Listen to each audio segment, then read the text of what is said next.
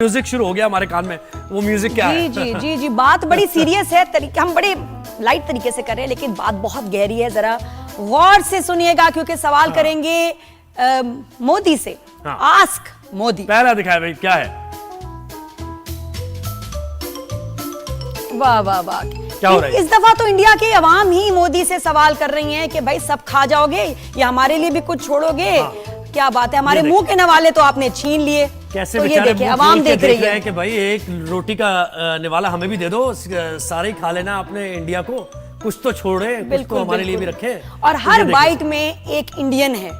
हाँ। जी हाँ, एक नहीं बल्कि बहुत हजारों इंडियन है, हर बाइट में खाते जाएंगे। हिंदुत्व को छोड़ के एक इंडियन है हर बाइट। जी जी जी, आगे बढ़ते हैं, आगे दिखाएं। हाँ, ये मोदी ने परचम तो इंडिया का पीछे, लेकिन ये कि इंडिया को आग लगाई हुई है। बिल्कुल, और लोग उनसे यही पूछ रहे हैं कि जलाने तो आप पाकिस्तान को गए थे, लेकिन आपने तो इंडिया को ही जला इंडिया में आग लगा दिया। ये क्या किया आपने मोदी? अच्छा, लगा के खुद बचने की कोशिश कर रहे हैं। जी, खुद आगे बिल्कुल फ्लैग पहन के कि in the name of the country अपने ही मुल्क को आग लगा रहे हैं। ये हैं द ग्रेट अपनी पॉलिटिक्स के लिए। जी आगे बढ़े।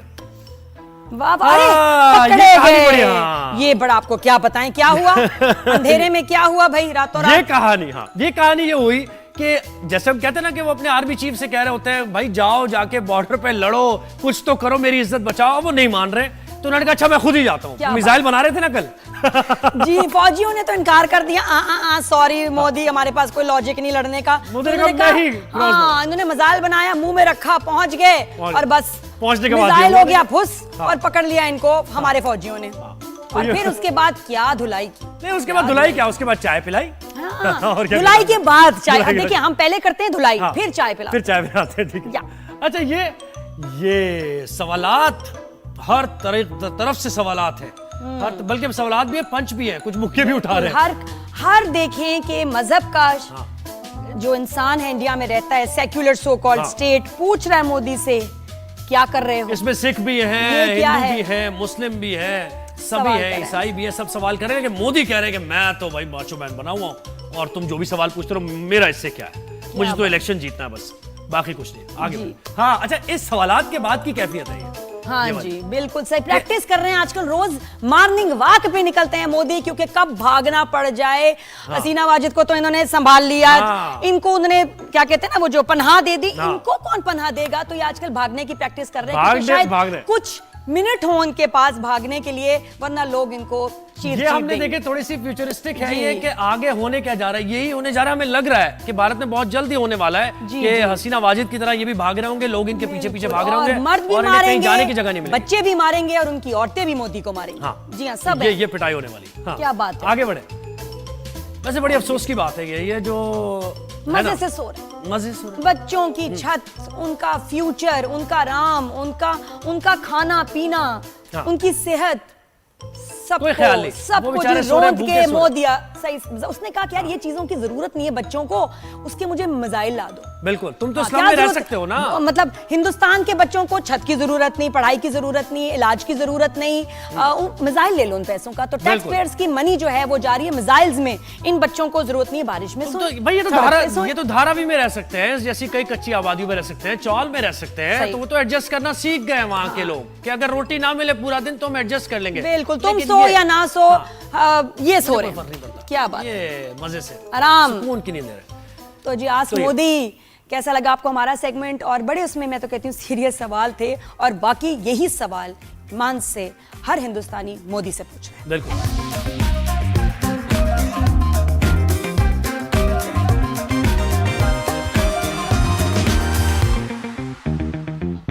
अच्छा जी, हुआ ये कि भाई लंदन में पाकिस्तानी हाई कमीशन के बाहर भारतीयों के एहतजाज के बाद वहां मौजूद पाकिस्तानियों ने भी भारतीय हाई कमीशन के बाहर एहतजाज किया है, और भारतीयों ने तो पाकिस्तानी हाई कमीशन के बाहर इंतहा पसंद और दहशतगर्द होने का भरपूर सबूत दिया, मगर पाकिस्तानी अवाम ने हमारे तो ब्रारो लग के गाने पे डांस कर रहे थे, बिल्कुल ऐसा ही है। कौन सा एहतजाज है तो, और पुलिस वालों को भी साथ अपने डांस करवा दिया, वो भी नाच रहे हैं, कहते होंगे यार कौन लोग, बिल्कुल ऐसे ही है। क्या कर रहे हैं। तो एक अजीब सा एहतजाज था वो, जिसमें म्यूजिकल प्रोग्राम और डांस प्रोग्राम भी हो गए यार। हमारे लोग, मैं कहती हूँ अमेजिंग हो आप। तो ये उन्होंने एहतजाज किया। तो क्या सूरत हाल रही, इस सब पर हम बात करेंगे। हमारे साथ लंदन में मौजूद हाई कमिश्नर पाकिस्तान के डॉक्टर मोहम्मद फैसल, उन्होंने हमें ज्वाइन किया। और वो जो वहां से सब लोग जो निकल रहे थे ना, लोगों को कहते यार ये क्या हो रहा है जी, प्रोटेस्ट हो रहा है। बिल्कुल। तो डॉक्टर फैसल साहब, बहुत शुक्रिया आपने हमें वक्त दिया। ये कहिएगा कि इस वक्त बरतानिया में पाकिस्तान और भारत कशीदगी पर एहतजाज ज़ाहिर हो रहा है।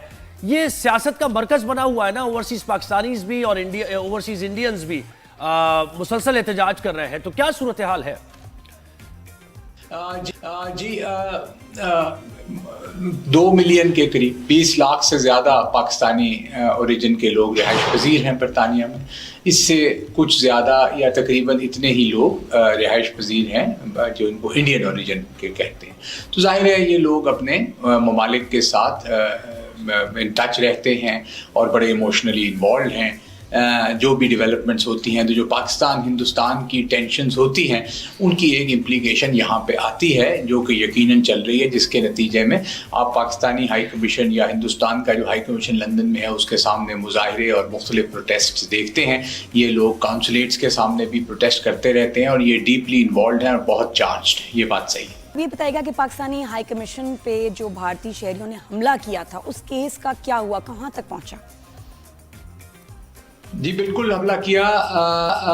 ये जो पिछले जुमे की बात है, इससे पिछले फ्राइडे की 25 तारीख की, उन्होंने को 150-200 लोग थे, वो इकट्ठे हुए और उन्होंने यहाँ काफ़ी अब्यूसिव ज़ुबान इस्तेमाल की। कुछ पाकिस्तानी भी काफ़ी सारे इकट्ठे हो गए थे एज ए रिएक्शन। उनकी आपस में भी कुछ मुँहमारी हुई और हिंदुस्तान की जो लोग थे या हिंदुस्तान ओरिजिन के लोग थे, उनकी पुलिस के साथ भी कोई झगड़ा हुआ, जिस वजह से पुलिस ने कोई उनके 1-2 लोग अरेस्ट भी किए। ये मामला चल रहे हैं। उसके बाद उसके 2 दिन बाद संडे को सुबह करीबन 5 बजे एक शहरी जो है उसने पाकिस्तान हाई कमीशन पे पथराव किया, शीशे वगैरह तोड़ दिए और सैफरॉन का जो कलर है वो भी फेंका हमारे लोगों पे। उसको अरेस्ट कर लिया गया है और वो केस भी चल रहा है। अब देखते हैं आगे बरतानिया के कानून के तहत कहां तक। अच्छा डॉक्टर फैसल साहब, ये अब अगर भारत इस बार भी पहल करता है, वैसे तो पहल भारत ही करता है, भरपूर जवाब देते हैं, तो हम सरप्राइज क्या देंगे, क्या तैयारियां हमारी है? मैं नहीं समझता इसको हम सरप्राइज कहेंगे, क्योंकि अब पिछली दफा के बाद कम से कम भारत को इसकी वजाहत हो जानी चाहिए कि उसको जवाब मिलेगा। सरप्राइज वो होता है जो उनके तवक्को में ना हो। अगर वो हमारी तरफ आते हैं उसका जवाब मिलेगा and should not be taken as a surprise. अच्छा, एक जब ये सारा मामला हुआ, भारत ने उसको सब दुनिया की सबसे बड़ी जेल तो बनाया हुआ है, लेकिन जब पहलगाम वाक़े के बाद ये टेंशन हुई तो कश्मीरियों पर जुल्म के पहाड़ तोड़ना शुरू कर दिए, मुसलमानों के घर जलाए गए हैं, तशद्दुद हुआ है, गिरफ्तारियां हुई हैं। इस सारी सूरत हाल पर आपकी क्या राय है और वहां कैसे इसके खिलाफ आवाज उठाई जा सकती है? ये जी एक बहुत कॉज फॉर कंसर्न है सारी दुनिया में, क्योंकि 3000 से ज़्यादा अरेस्ट हो चुके थे। अब जाने कितने हो चुके हैं। मकबूजा जम्मू कश्मीर में भारत जुल्म की एक तारीख रात रवा रखे हुए है, जिसमें बहुत ज़्यादा इजाफा हो गया। घरों को भी तबाह किया जा रहा है। भारत खुद जज, ज्यूरी और एग्जीक्यूशनर बना हुआ है। ये बहुत ज़रूरी है कि इंटरनेशनल कम्युनिटी इस पर फोकस करे और हम भी इसको उजागर करते रहें। डॉक्टर साहब बहुत बहुत शुक्रिया, आपने हमें टाइम दिया।